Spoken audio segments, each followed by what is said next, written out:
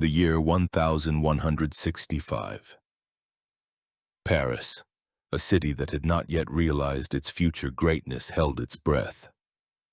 This was not the brilliant metropolis celebrated by poets of future centuries, but rather a tangled, teeming labyrinth of life and death. Its narrow, unpaved streets were a viscous mess of mud, refuse, and manure, emitting a suffocating stench that one could almost touch. Wooden, often multi-story houses with overhanging upper floors crowded so closely together that in some alleys sunlight never reached the ground. The constant hum of the crowd, the creak of cartwheels, the cries of merchants, the lowing of cattle driven directly to market, and the clang of hammers from hundreds of artisan workshops merged into a single deafening roar. Above this human anthill, above the chaos of tiled roofs and the rare stone buildings of wealthy citizens and churches, the walls of the Cathedral of Notre Dame, whose foundations had been laid just 2 years prior, rose slowly but inexorably. It, like the French kingdom itself, was still just a promise, a grand design whose realization would require decades of hard labor, immense wealth, and countless sacrifices. Within the walls of the royal palace on the Ile de la Cité, an old gloomy fortress inherited from Roman governors and Merovingian kings, devoid of luxury and elegance, the tension was as thick as fog. King Louis VII, known as the Younger, no longer young, exhausted by decades of unsuccessful struggle and personal tragedies, was praying. His 45 years of life had been a series of humiliating disappointments. The Second Crusade, which he had led with youthful fervor and hopes of glory, had turned into a disgrace and a military catastrophe, undermining his authority and emptying his treasury. But the most terrible blow awaited him in his own marriage bed. His marriage to the most brilliant heiress in Europe, Eleanor of Aquitaine, a woman of tempestuous temperament and iron will, had fallen apart, and she, taking with her an enormous dowry, the Duchy of Aquitaine, stretching from the Loire to the Pyrenees, almost half of modern France, had gone to his bitterest enemy. Henry, Count of Anjou and Duke of Normandy, combining his lands with Eleanor's and then ascending the English throne, created the monstrous Angevin Empire. This behemoth, stretching from the borders of Scotland to Spain, loomed over Louis's tiny royal domain like a bird of prey ready to strike a fatal blow. 2 daughters from Eleanor could not inherit the throne under Salic law. 2 daughters from a second brief marriage to Constance of Castile also left him without a male heir. And now his third wife, Adele of Champagne, from the powerful and ambitious house of Blois-Champagne, was in labor. Her brothers already behaved in the kingdom as if they were its masters, and the birth of another girl would likely have made them regents for a potential heir by marriage, definitively turning the crown into their plaything. Everything was at stake. The Capetian dynasty, which had ruled for almost 2 centuries, hung by a thread. If another girl was born, the kingdom, after Louis's death, would inevitably be plunged into the chaos of feudal wars, and powerful neighbors, primarily the English lion, would not hesitate to tear it apart. France, as a unified political entity, might simply cease to exist, remaining only a geographical concept. Every creak of a door, every distant cry from the Queen's chambers echoed in the hearts of the king and his courtiers with icy fear. And then, on August 21st, as the sun was setting, a newborn's cry was heard from the royal apartments. A moment later, a messenger, breathless with excitement and haste, dropped to one knee before Louis. "Sire, you have a son!" The air seemed to explode with jubilation. The bells of the churches, which had been silent in anxious expectation, began to ring throughout Paris, their peal taken up in Saint-Denis, in Orléans, in Reims. The country celebrated. This boy, this gift from heaven, prayed for from God, given to desperate parents, was named Philip. No one then could have imagined that this child, born in the kingdom's hour of greatest weakness, would not just save it. He was destined to become the gravedigger of the Angevin Empire, the architect of a new, powerful France, and to earn from posterity a nickname equal to the title of Roman emperors, Augustus. The augmenter, the gatherer of lands, the man who would transform a modest kingdom into the dominant power of Western Europe. But the path to this greatness would be long, winding and paved with iron blood and unsurpassed political cunning. Thus began the life of the future monarch, and as he grew, absorbing the atmosphere of weakness and humiliation, the political map of Europe seemed to have frozen in place.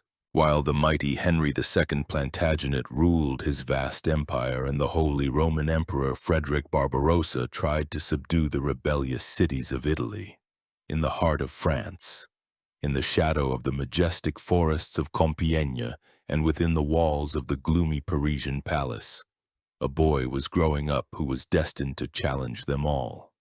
His childhood was not serene. It was a lesson, harsh and vivid, taught by reality itself. Philip grew up seeing the humiliating position of his father.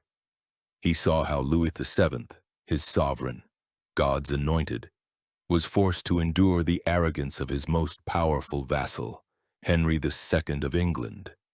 For by feudal law, Henry, as Duke of Normandy, Aquitaine, and Count of Anjou and Maine, was a vassal of the French king for his continental possessions. But this was merely a legal fiction, a mockery of the very essence of the feudal hierarchy. In reality, the vassal's domains were tens of times larger, richer, and more populous than the suzerain's domain. Henry was a political giant, a man of indomitable energy, a genius of administrative reform, an experienced commander, and a ruthless diplomat. Louis, in comparison, looked like a pale shadow, pious, indecisive, eternally deceived and losing. Young Philip, unlike many of his peers, was not absorbed in games. He was an observer. Silent and withdrawn, he absorbed this atmosphere of hidden humiliation. He listened to the reports of messengers, the stories of new castles that Henry was building on the borders of his kingdom, of new humiliating treaties that his father was forced to sign. He saw how his powerful maternal uncles, Henry I the Liberal, Count of Champagne, Theobald V, Count of Blois, and Archbishop William of the White Hands of Reims, behaved in the royal council almost as independent rulers, pursuing only the interests of their powerful clan and viewing the kingdom as their personal feeding trough. He learned the main lesson of his childhood. Weakness is a mortal sin for a monarch. Piety is no substitute for a strong army, and justice is useless without the power to enforce it. Steel began to be forged in his character from an early age. Secrecy, distrust, a patience astonishing for his age, and a cold, calculated determination. His education was probably standard for a prince, but he drew unconventional lessons from it. Under his tutors, he studied Latin, Holy Scripture, and the lives of saints. But he was far more interested in the chronicles that narrated the deeds of great kings of the past and, most importantly, the reports of the managers of the royal domain. Unlike many aristocrats of his time, Philip was not an athlete or a brilliant knight. He was a sickly, frail youth who had lost one eye in childhood, which gave his face an asymmetrical and somewhat sinister expression. He disliked tournaments and noisy feasts. His passion was hunting, but not as a boisterous sport, but as an exercise in strategy, tracking, and patiently waiting for the right moment to strike. And another of his passions, hidden from prying eyes, was studying maps of his own domains and those of his enemies, and understanding the mechanisms of power. Not those described in pious books, but the real ones based on money, land, and loyalty, whether bought or imposed. The turning point came in 1179 while hunting in the forest of Compiègne. The 14-year-old Philip, carried away by a fierce pursuit of a huge boar, became separated from his retinue and got lost. He spent a whole night alone in the wild thicket, tormented by cold, hunger, and primal fear. He was found the next day, exhausted and ill with a high fever. The illness was so serious that Louis VII, fearing for the life of his only heir, took an unprecedented, almost humiliating step. He went on a pilgrimage to England, to an enemy country, to the tomb of Thomas Becket in Canterbury, the very archbishop in whose death his rival Henry II was indirectly implicated. This act of desperation showed just how fragile the dynasty's fate was. Philip survived, but that night in the forest and the subsequent illness left an indelible mark not only on his health. They accelerated the inevitable. Realizing that his own days were numbered, Louis VII decided to have his son crowned during his lifetime to ensure a smooth, undisputed transfer of power. On November 1st, 1179, in Reims Cathedral, the sacred place where the kings of the Franks were baptized and crowned. Archbishop William of the White Hands, Philip's uncle, placed the crown of Charlemagne on the head of the 14-year-old youth. The old king, struck by paralysis after his return from England, could not even attend the ceremony. The full measure of power, albeit still nominal, passed to the teenager. The old wolf had left the pack, and now the young wolf cub had to prove his right to be the leader. And he did not wait long to show that his first enemies were not abroad, but in his own family. The boy king, barely recovered from his illness and crowned with the most ancient crown in Europe, found himself at the center of a web of intrigue. Real power in the kingdom belonged to his mother, Queen Adele, and her powerful brothers from the House of Champagne. They saw Philip as a puppet, a convenient tool for strengthening their own influence and distributing offices and lands among their supporters. They underestimated him. They saw before them only a pale, silent, one-eyed youth, not the future architect of France. And they would pay dearly for this fatal mistake. Philip understood that to fight the powerful clan he needed a strong counterweight, and he found it in the person of Philip of Alsace, Count of Flanders, one of the most powerful and ambitious feudal lords north of Paris. Flanders at that time was one of the most economically developed regions of Europe, a center of weaving and trade. Its cities, Bruges, Ghent, Ypres, were rich and populous. The Count of Flanders himself had designs on the regency and was happy to push aside the House of Champagne to take its place at the throne. This alliance was sealed in the most traditional medieval way by marriage. But the choice of a bride was a brilliant political move by the young king, demonstrating his preternaturally mature understanding of politics and ideology. On April 28, 1180, the 15-year-old Philip married Isabella of Hainault, niece of the Count of Flanders. This marriage was not just an alliance, it was a political bomb with a triple charge. Firstly, the bride's dowry was the county of Artois, a rich and strategically important territory in the north, with the prosperous cities of Arras and Saint-Omer. For the first time in a long while, the royal domain was not shrinking but growing with new lands. Secondly, this alliance drove a wedge between his northern and eastern neighbors, creating a counterbalance to Champagne. Thirdly, and this was even more important for propaganda, Isabella on her father's side was a direct descendant of the Carolingians, the dynasty of Charlemagne. For contemporaries who lived in a world of symbols, this had colossal significance. The marriage of a Capetian to a Carolingian heiress symbolically restored the broken link of time, legitimizing the Capetian dynasty as the true and only successors of the great empire of the past. Philip was no longer just a descendant of the usurper Hugh Capet, he was becoming the heir of Charlemagne himself. This ideological move was flawlessly calculated and raised the prestige of the crown to a new height. Philip's mother, Adele of Champagne, and her brothers were furious. They realized the boy had slipped from their control. They began to weave conspiracies, seeking an alliance with Henry II of England and even with Emperor Frederick Barbarossa. Philip's reaction was swift and merciless. He acted with a cold determination that shocked political veterans. Relying on the support of the Count of Flanders, he began military actions against his uncles, but his main blow was aimed not at them, but at the source of their potential strength and his own weakness. In 1182, 2 years after his father's death, Philip committed an act that would define his reputation for years to come.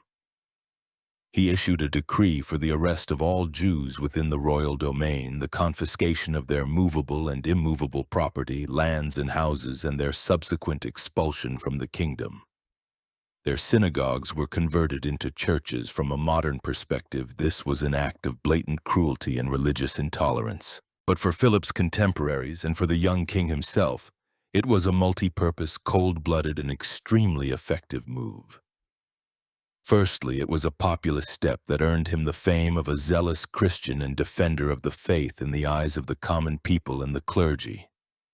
His father, Louis VII, was known for his tolerance towards Jews, for which many reproached him.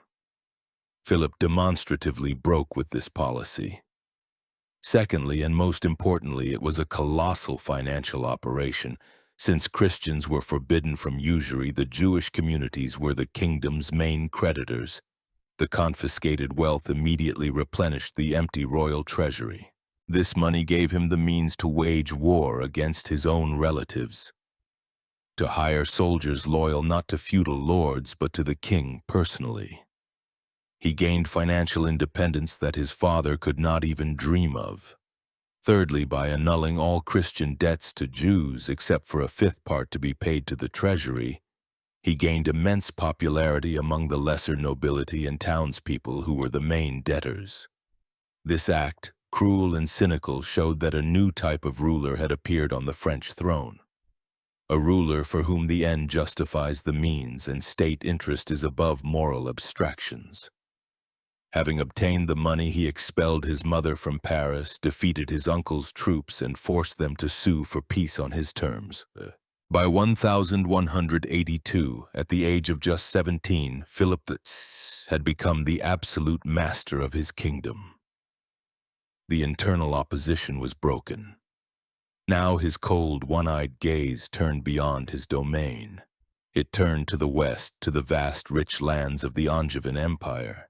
The great hunt for the Plantagenets had begun. The world, it seemed, was frozen in a fragile equilibrium. But beneath the surface, forces were maturing, ready to shatter this order. And soon the thunder would roll, not in one decisive battle, but in a long, grueling war of intrigues, betrayals, and diplomatic maneuvers that would determine the fate of France for decades to come. On the historical stage, two titans had met. The aging but still mighty lion, Henry II Plantagenet, and the young, patient, and deadly dangerous wolf, Philip II Augustus. Philip understood that a direct military confrontation with the Angevin Empire would be suicide for him. His resources were incomparable, so he chose a different tactic, one he would successfully use throughout his life. He decided to destroy his enemy's empire from within. And Henry II's weak spot was obvious and bleeding: his own sons. The Plantagenet family was a nest of vipers which they themselves called the Devil's Brood. Henry II, for all his genius as a ruler, was a despotic father. He granted his sons grand titles. Henry was crowned as the young king. Richard became Duke of Aquitaine, Geoffrey became Duke of Brittany, and the youngest, John, awaited his lands, earning the nickname Lackland. But their father gave them no real power, jealously keeping all the reins of government in his own hands. Incited by their mother, the proud and vengeful Eleanor of Aquitaine, whom Henry kept in confinement for her part in the first son's rebellion. The princes constantly rebelled against their father. Philip Augustus became their ideal ally and patron. He was their contemporary. He spoke their language, the language of feudal honor, ambition, and grievances. He received them at his court in Paris, which became a center of anti-English conspiracies. He listened to their complaints, swore eternal friendship and aid, while at the same time cold-bloodedly driving a wedge between father and sons and between the brothers themselves. He supported their rebellions just enough to weaken Henry, but not enough to let any of the sons win a decisive victory. His court was a refuge for all those discontented with the Plantagenets. In 1183, Henry the young king died, relieving Philip of the need to support his claims. Now his main ally and, at the same time, his main target of manipulation became Richard, the future Lionheart. Richard, a brilliant warrior and troubadour poet, was the complete opposite of Philip. He was tall, stately, fair-haired, impulsive, and open. Philip was short, dark-haired, sickly, secretive, and calculating. For a time they were inseparable. Chronicles report that they ate from the same plate and slept in the same bed, which in those days was more a sign of supreme political trust and brotherhood in arms than having any other connotation. Philip encouraged Richard's distrust of his father, whispering to him that Henry planned to pass the English throne to his favorite, the youngest son John. The symbol of their alliance and, at the same time, the arena of their confrontation with Henry II was the place called Gaillard on the border of Normandy and the French royal domain. There, in the shade of a huge ancient elm tree, the kings of France and England traditionally met for negotiations. In 1188, during one such meeting, a quarrel broke out. Henry refused to recognize Richard as his sole heir. In a rage, the French side, incited by Philip, cut down the ancient elm. It was a symbolic act, signifying the end of negotiations and the end of the old order. War was declared. Richard, with Philip's support, raised another rebellion. This time the aging lion was broken. Ill, abandoned by almost everyone, even by his favorite John, who at the last moment defected to his brother and the French king, Henry II was forced to flee. In his castle of Chinon, tormented by fever and grief, he asked for a list of the barons who had betrayed him. The first name on the list was John's. This news finally broke him. "Now let everything go as it will," he whispered. "I no longer want anything in this world." On July 4th, 1189, Henry II, Plantagenet, one of the greatest monarchs of the 12th century, died, cursing his sons. Philip had won. He had not won a single major battle, but he had won the war. He had driven his main enemy to the grave, using his own family as a weapon. His friend and brother Richard III, the Lionheart, ascended the English throne. It seemed that an era of peace and harmony would now dawn between the two kingdoms. But Philip knew better. He knew that now his main rival would be Richard himself. The confrontation had simply moved to a new level. And the arena for their next clash was destined to be the sun-scorched land of distant Palestine. Loud news shook the Christian world in 1187. Jerusalem, the holy city reconquered by the Crusaders almost a century earlier, had fallen. The great Muslim commander Saladin, Sultan of Egypt and Syria, who had united vast territories under his rule, had utterly defeated the army of the Kingdom of Jerusalem at the Battle of Hattin and captured the city. The Pope's call for a new Third Crusade found a response in the hearts of European monarchs. The greatest rulers of the West took the cross, the old Emperor Frederick Barbarossa, who led his huge army overland and ingloriously drowned in a river in Asia Minor. Richard the Lionheart, who had just become King of England, and, of course, Philip II Augustus, King of France. For Philip, the decision to go on crusade was dictated not so much by religious zeal as by cold political necessity. He could not allow his main rival, Richard, to go to the Holy Land alone and reap all the laurels as the savior of Christianity. Refusal to participate would have covered him with shame in the eyes of the entire Christian world and branded him a coward.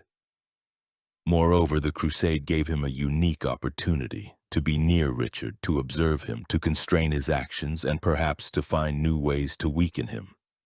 The two kings, having taken a solemn oath of friendship and mutual protection of their lands during their absence, set off together. But their rivalry was evident from the very beginning. They argued about everything: the route, funding, command. Already in Sicily, where they wintered, their relationship developed a deep crack. Richard, acting as the absolute master, got involved in local political disputes, stormed the city of Messina, and behaved defiantly like a conqueror. Philip, whose army was smaller and treasury poorer, could only watch with a heavy heart the successes of his more brilliant and charismatic ally, feeling humiliated. It was in Sicily that Richard officially broke off his long-standing engagement to Philip's sister Alice, which became a public and unforgivable insult to the French king. Their arrival in the Holy Land in the spring of 1191 was met with jubilation by the exhausted Crusader armies, which had been unsuccessfully besieging the impregnable port fortress of Acre for 2 years.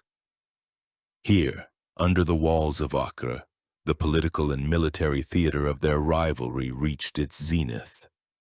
The Crusader camp turned into an arena of intrigue. Richard, thanks to his vast financial resources and undeniable military talent, quickly became the de facto leader of the crusade, pushing Philip into the background. He paid soldiers twice as much as the French king, luring away the best warriors.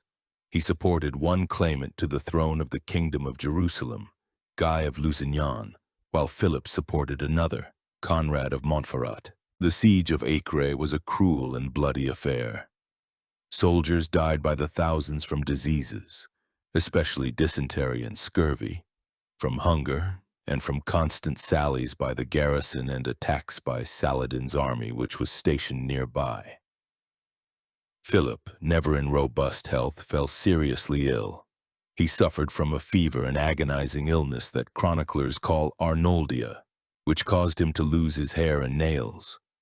While he lay in his tent tormented by illness, Richard was performing feats that troubadours would spread throughout Europe.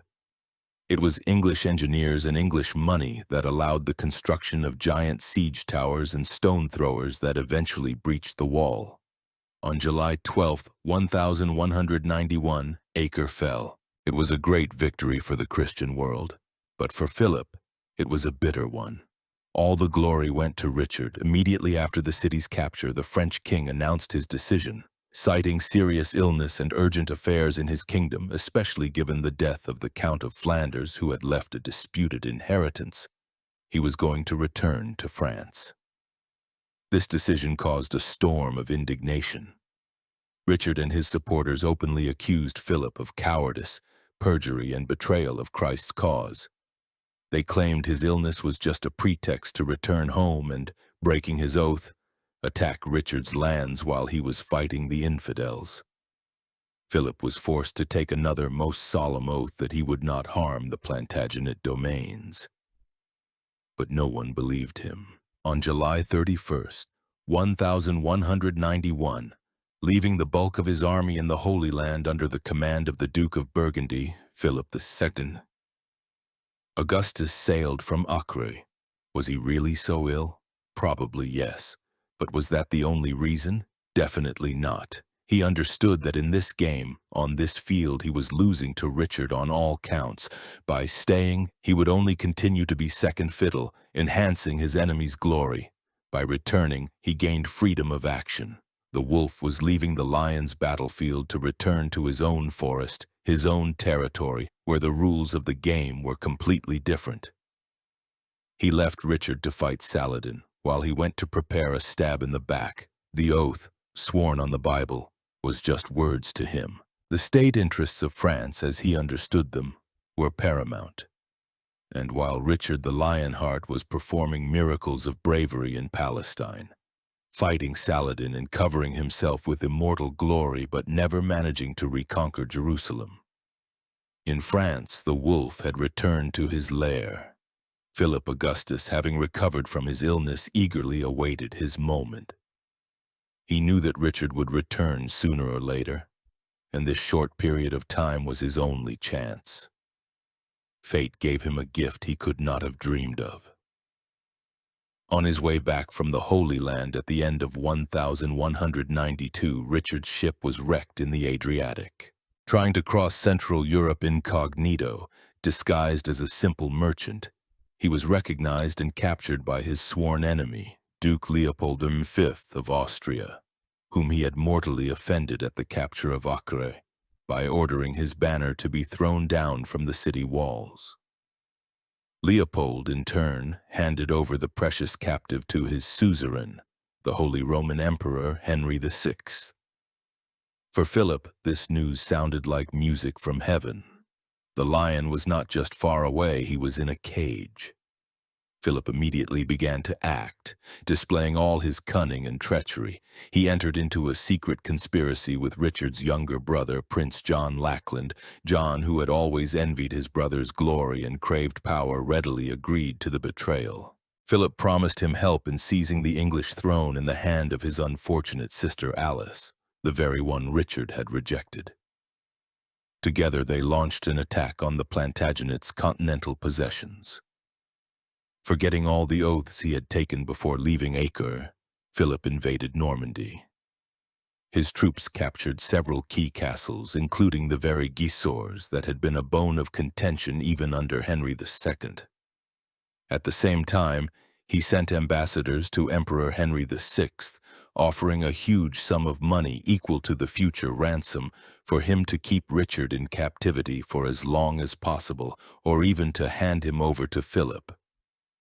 In a letter to John, he allegedly wrote the famous phrase, "Look to yourself, the devil is loose." But they underestimated the loyalty of the English barons to their, albeit absent, king, as well as the devotion of his mother, the indomitable Eleanor of Aquitaine. No longer young, she showed miracles of energy, managed to suppress John's rebellion in England, and organized the collection of a colossal ransom for Richard. 150,000 marks, a sum equal to 2 years' revenue of the English crown. All of England was taxed heavily. Churches melted down their gold and silver chalices to free their monarch. In February 1194, Richard the Lionheart was released. His return was triumphant. He quickly restored order in England, forgave his worthless brother John, and immediately crossed to Normandy to punish the traitors. A long 5-year fierce war began. Here Richard was in his element. As a commander and tactician, he was head and shoulders above Philip. He reconquered one castle after another. In a skirmish at Fretival in 1194, Philip suffered a crushing defeat. He was caught by surprise, lost his entire campaign treasury, his personal baggage, and most terrifyingly, the entire state archive with secret documents which he customarily carried with him. He barely managed to escape. It was a terrible humiliation. Richard, mocking, sent him his own lost bed. The culmination of Richard's engineering and strategic genius was the construction on the Seine in just 1 year. From 1196 to 1197, of the impregnable fortress of Château Gaillard, which means saucy castle. This giant fortress, built according to the latest principles of fortification science, using the most advanced ideas brought from the Crusades, completely blocked the way to Rouen, the capital of Normandy, and became an unbreakable symbol of Plantagenet power. Richard, admiring his creation, exclaimed, "What a beautiful daughter I have borne this year." The war continued with varying success, exhausting both kingdoms. Philip was losing in open battle but was winning time by concluding truces and then breaking them again. He understood that he could not defeat Richard by force. He could only wait. And once again fate was kind to him. In 1199, during the siege of a small, insignificant castle, Chalus-Chabrol in Limousin, where a local lord had allegedly found a treasure and refused to share, Richard the Lionheart was wounded in the shoulder by a crossbow bolt fired from the wall. The wound was trivial, but due to incompetent treatment by a field surgeon, blood poisoning set in. On April 6, 1199, the greatest warrior of his era, the Night King, died at the age of 41 in the arms of his mother Eleanor. For Philip Augustus, Richard's death was not just luck. It was a gift from heaven that changed everything. The opponent he feared and could not defeat was gone. His former ally in treachery, a man he despised and whose weaknesses he knew like no other, John Lackland, ascended the English throne. Now the battlefield was clear. The final act of the drama, the destruction of the Angevin Empire, was near. But before delivering the decisive blow, Philip had to face an enemy no less powerful than the King of England, the Pope. And the reason was his own tangled and scandalous personal life. While the king was redrawing the map of his kingdom with a sword, another battle, no less fierce, was unfolding in his own palace, in his own bedroom.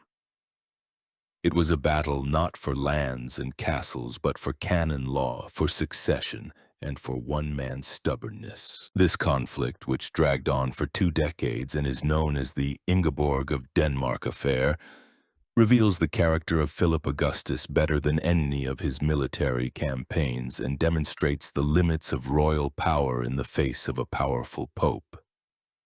After the death of his first wife, Isabella of Hainault, in 1190, Philip was left with a single son, the future Louis VIII.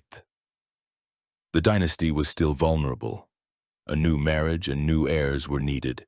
In 1193, after a long search, his choice fell on Ingeborg, the sister of King Canute VI of Denmark. This alliance was politically advantageous. It secured the French crown the support of the strong Danish fleet, which could threaten England from the north, and also gave Philip vague but useful claims to the English throne, based on ancient Danish conquests. The dowry of 10,000 silver marks was also very welcome. In August 1193, the 18-year-old Ingeborg arrived in France. She was described by contemporaries as beautiful, pious, and intelligent. Philip met her in Amiens, and on the same day they were married. And the next day, during Ingeborg's coronation ceremony, something inexplicable happened. Right during the service, the king suddenly turned pale, began to tremble, and looked at his new wife with undisguised horror and disgust. He immediately interrupted the ceremony and sent Ingeborg away. What happened on the wedding night, or what so shocked the king the next day, has remained a mystery forever. Philip never revealed the true reason for his action until the end of his life. He only insisted that he had been a victim of witchcraft, that some evil force prevented him from consummating the marriage and caused him an insurmountable physical revulsion towards his wife.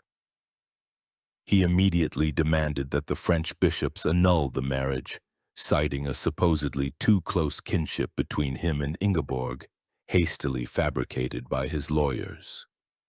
The obedient clergy quickly granted the divorce, but they underestimated the character of the Danish princess. Instead of returning home in shame, Ingeborg, knowing not a word of French, began her fight. She locked herself in a convent and from there appealed to the only authority that stood above the king, the Pope of Rome. She repeated only 2 phrases she had learned in Latin, Mala Francia, meaning evil France, and Roma, Roma, and Rome heard her. Pope Celestine III, and then his successor, one of the greatest pontiffs of the Middle Ages, the jurist and genius of power Innocent III, took her side. They declared the divorce illegal and demanded that Philip restore Ingeborg's rights as queen.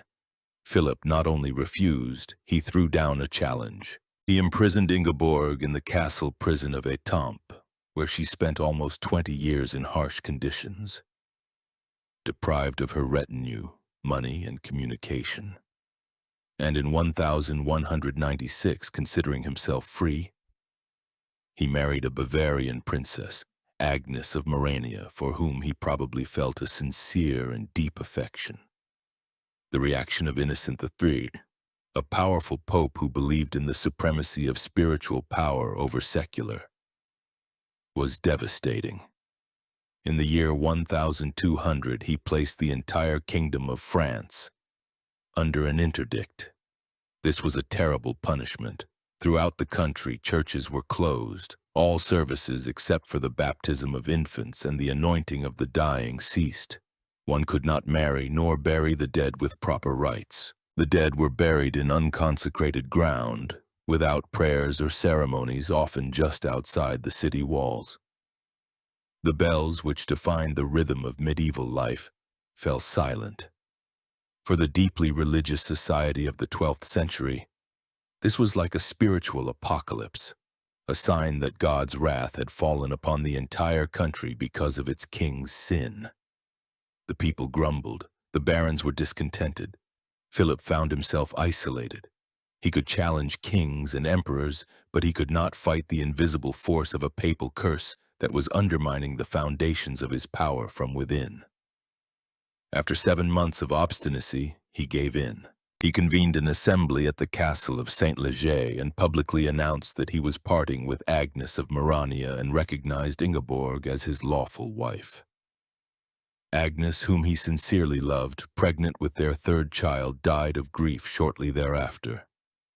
But even after this, Philip did not completely submit. He released Ingeborg from her dungeon but did not restore her to court, continuing to keep her in honorable confinement. Only in 1213, almost 20 years after their wedding, when he needed the Pope's support for his plans to invade England and the support of the Danish fleet, did he finally and definitively reconcile with his wife. He restored her to court and officially recognized her as Queen of France. This incredible saga demonstrates Philip's iron stubbornness, his readiness to go to any lengths for his personal desires. But it also shows the limits of his power. In the end, even the most powerful monarch in Europe was forced to bow his head to the will of Rome. Having defeated the Pope on the political field, he suffered a defeat in the personal war he had waged for 2 decades. And while this drama was unfolding to the west, his enemy, John Lackland, was making one mistake after another, preparing the ground for his own downfall and the greatest triumph of Philip Augustus. The death of Richard the Lionheart in 1199 opened Pandora's box. His brother John, who went down in history with the derogatory nickname Lackland, ascended the throne of England and the head of the Angevin Empire. And if Richard had been an almost invincible opponent for Philip, John became his perfect victim. Cruel, suspicious, indecisive, and completely lacking in political intuition, John destroyed with his own hands the empire created by his father and defended by his brother. All Philip had to do was methodically pick up the pieces. John's first and fatal mistake was his marriage. In the year 1200, he married Isabella of Angoulême, a young beauty and heiress to an important county. The problem was that she was already betrothed to one of his powerful vassals in Poitou, Hugh IX de Lusignan. By snatching the bride from his vassal, John not only violated the feudal code of honor, but also inflicted a mortal public insult that could not be forgiven. The Lusignans, a powerful and proud clan, immediately appealed to John's supreme suzerain on the continent, King Philip Augustus of France. For Philip, this was the perfect pretext. He received a legal feudal law-based reason for intervention. He summoned John as his vassal, Duke of Aquitaine and Normandy, to the court of peers in Paris to answer the charges. John, understanding that the court would be biased, ignored the summons. This gave Philip what he had been waiting for decades. In 1202, the royal court in absentia found John guilty of violating his vassal duties and ordered the confiscation of all his domains in France. The legal trap had snapped shut. Now the conquest of Plantagenet lands was not an act of aggression, but the lawful execution of a court sentence. John's second fatal mistake was his treatment of his nephew, Arthur of Brittany.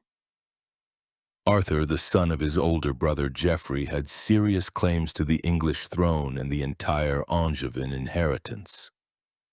Philip immediately took young Arthur under his protection, recognized him as Count of Anjou, Maine, and Touraine, and used him as a puppet in his game.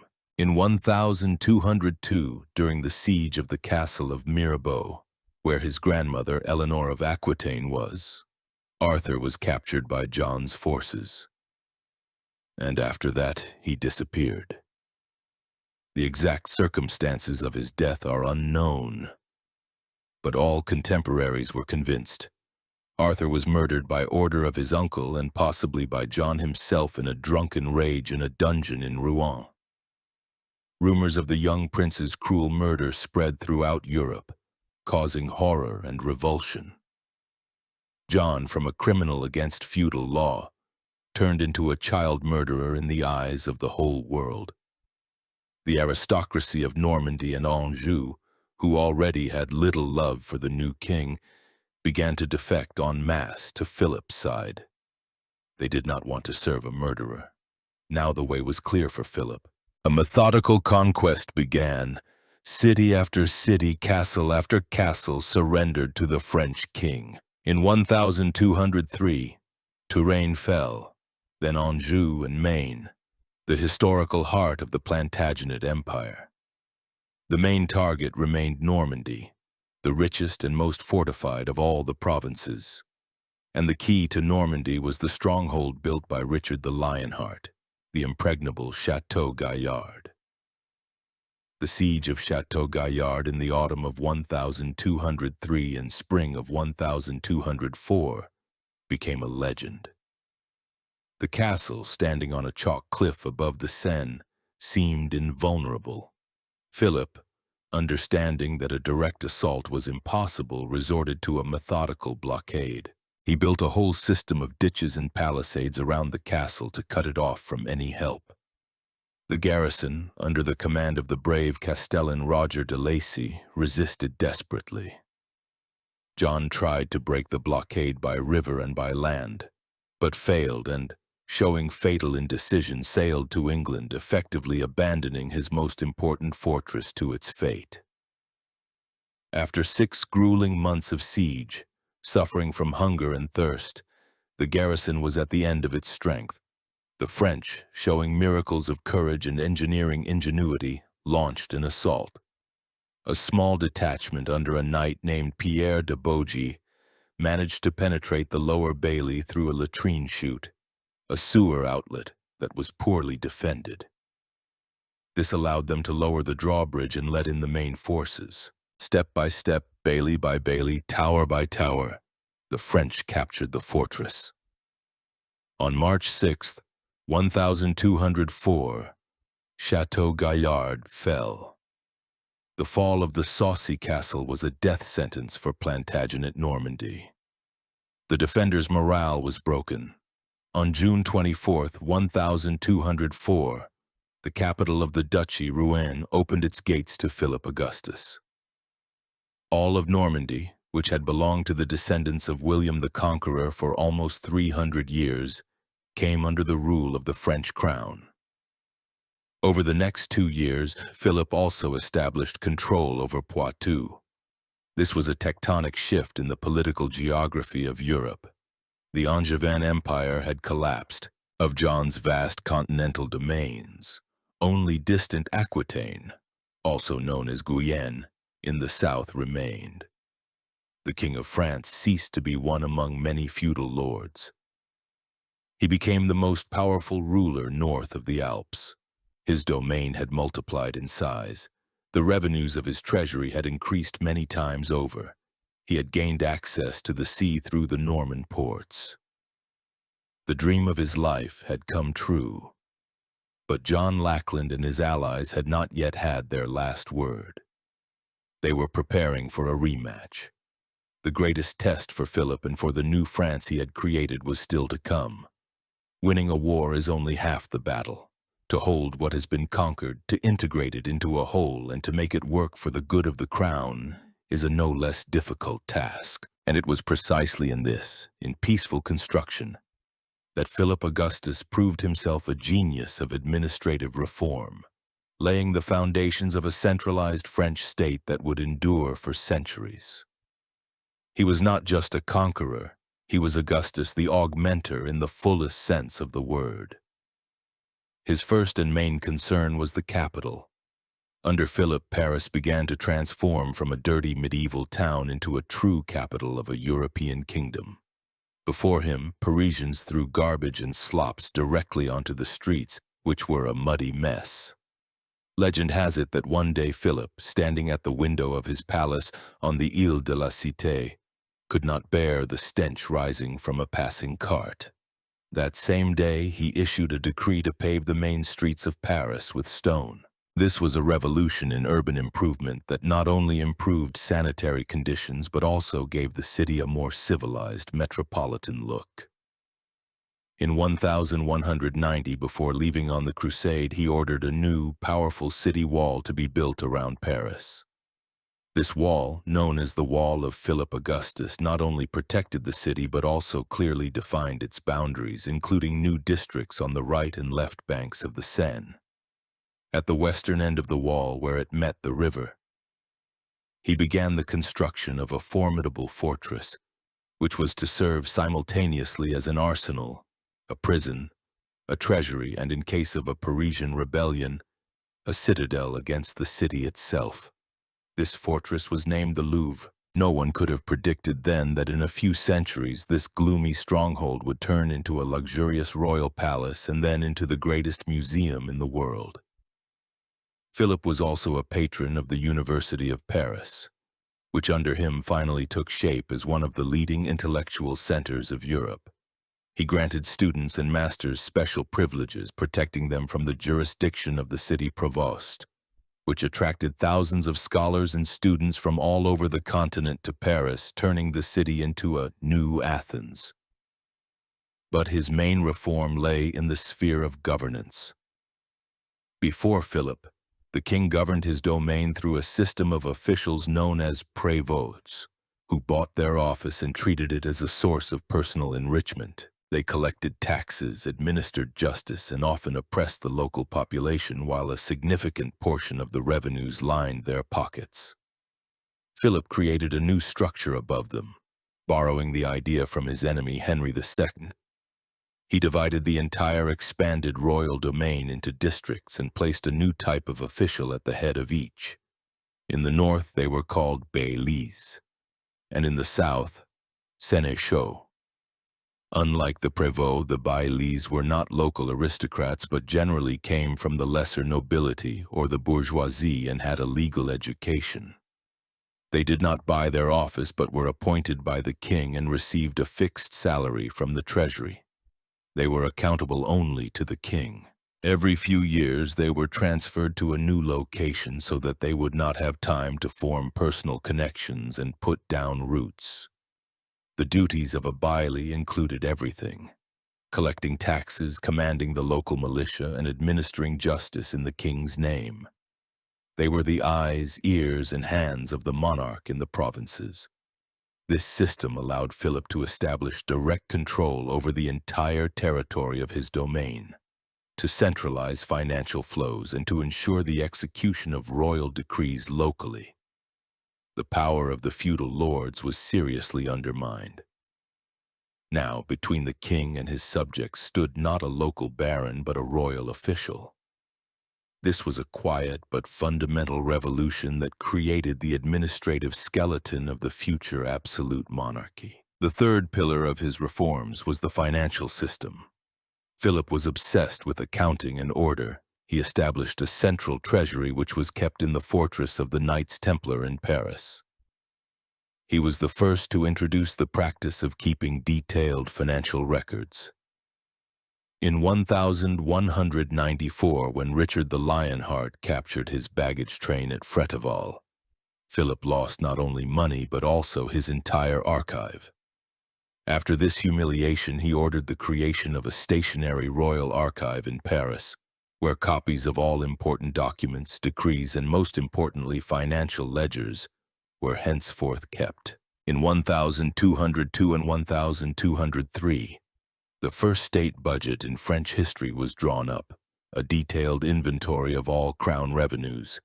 This allowed him to know exactly what resources he had and to plan his expenditures, primarily military ones. It was these three reforms, the improvement of the capital, the creation of the corps of baillis, and the centralization of finances, that allowed Philip not just to conquer new lands, but to digest them, turning a patchwork of feudal domains into a unified, manageable, and strong state. He created a machine of power that worked for him. And very soon this machine was to undergo its most severe test of strength. On the eastern borders of the kingdom, clouds were gathering. All of Philip's enemies, all those he had humiliated and robbed, were uniting for one decisive blow. The walls of ancient fortresses trembled with premonition. The very air seemed electrified with the expectation of the coming storm. In the east, a great coalition was gathering, the likes of which Europe had not seen since the time of Charlemagne. It was a conspiracy of the defeated, an alliance of the desperate, united with the sole purpose of crushing Philip Augustus and tearing apart the France he had created. And soon the thunder would roll, the Battle of Bouvines, which would determine the fate not only of one king, but of entire nations for centuries to come. At the head of this coalition stood three figures. The first was John Lackland, King of England, thirsting for revenge for the loss of Normandy and Anjou. He financed the entire operation, using money squeezed from his barons. The second was the Holy Roman Emperor Otto IV of Brunswick. He was the nephew of John and Richard the Lionheart and had personal scores to settle with Philip, who had supported his rival in the struggle for the imperial crown. The third and perhaps most bitter enemy was Ferrand, or Ferdinand, Count of Flanders. Once an ally of Philip, he had switched to the enemy's side after the king forced him to cede part of Flemish lands. They were joined by the Count of Boulogne, Renaud de Damartin, the Duke of Brabant, the Count of Holland, and many other lords of the Low Countries. The coalition's plan was simple and deadly, to strike simultaneously from two sides. John was to land in western France at La Rochelle and raise a rebellion among the aristocracy of Poitou and Aquitaine, drawing Philip's main forces towards him. At the same time, the main combined army of Emperor Otto, the Count of Flanders, and their allies was to invade from the northeast, pass through Flanders, and strike directly at Paris. In early 1214, the plan was set in motion. John landed on the coast and indeed achieved some successes, forcing Philip to send his son, Prince Louis, with part of the army against him. Philip himself, with the main forces, moved north to meet the main threat. His army was smaller than the Allies. According to various estimates, he had from 7,000 to 9,000 men, including about 1,300 knights. The coalition army numbered from 9,000 to 11,000 men, with a superiority in knightly cavalry. Philip found himself in a trap. He was in hostile territory in Flanders. Learning of the enemy's numerical superiority, he began to retreat towards Lille, seeking to take up a more advantageous position. The Allies, confident of victory, gave chase. Sunday, July 27th, 1214. A hot, sultry day. The French army retreating was approaching the bridge over the river Marque near the hamlet of Bouvines. The terrain was swampy, inconvenient for the maneuvers of a large army. It was here, as part of the French forces had already crossed the bridge, that the rearguard reported that the enemy was catching up and preparing to attack. To retreat further meant exposing the army to an attack during the crossing and being destroyed piecemeal. Philip made the only correct decision. He turned his army to face the enemy. The Battle of Bouvines was unusual for its time. It was not just a clash of feudal detachments, but a battle in which a national subtext was felt. In Philip's army, which unfurled the sacred oriflamme, The banner of the Abbey of Saint-Denis before its ranks fought not only his vassals but also detachments of urban militia, the communes of Picardy and Ile-de-France, who had come to defend their king. Before the battle, Philip addressed his soldiers with a speech, saying that even if they considered him an unworthy king, they must fight for France, for their land. The battle began around noon. It was chaotic and incredibly fierce. The fighting broke down into three main sectors. On the right flank, the French under the command of the Duke of Burgundy struggled to hold back the onslaught of Flemish knights, led by Count Ferrand. On the left flank, French knights fought against the detachments of the Count of Boulogne and English mercenaries. But the decisive events unfolded in the center. Here stood Philip himself with his best knights and detachments of urban militia.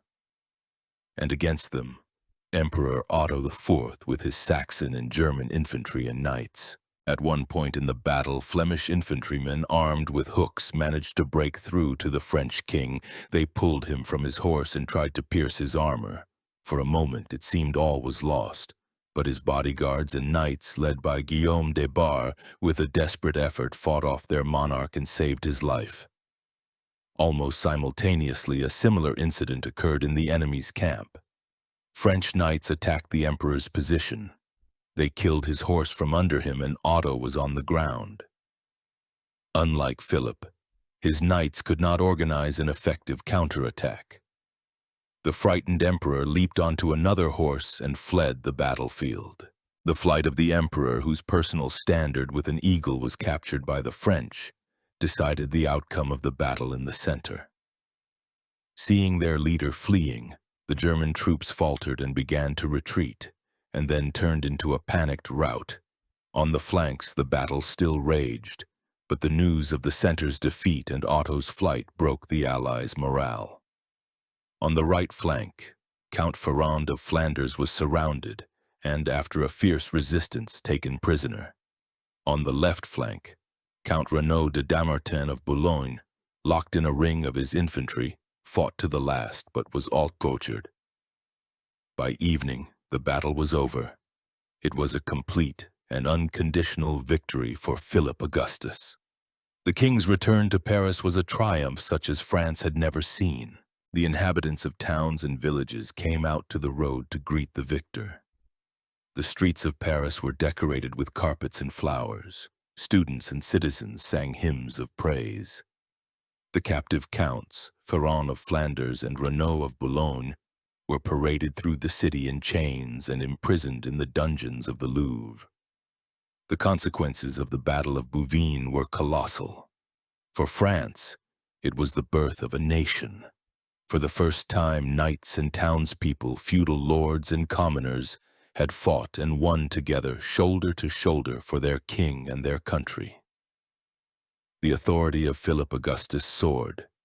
His power within the kingdom became indisputable. For his enemies, Bouvines was a catastrophe. Emperor Otto IV was completely discredited and soon lost his crown to Frederick II Hohenstaufen, Philip's protégé.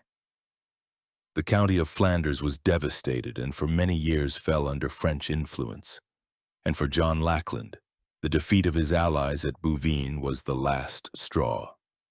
Returning to England, he faced a general rebellion of his barons who forced him in 1215 to sign the Magna Carta, a document that limited royal power and laid the foundations of English parliamentarism.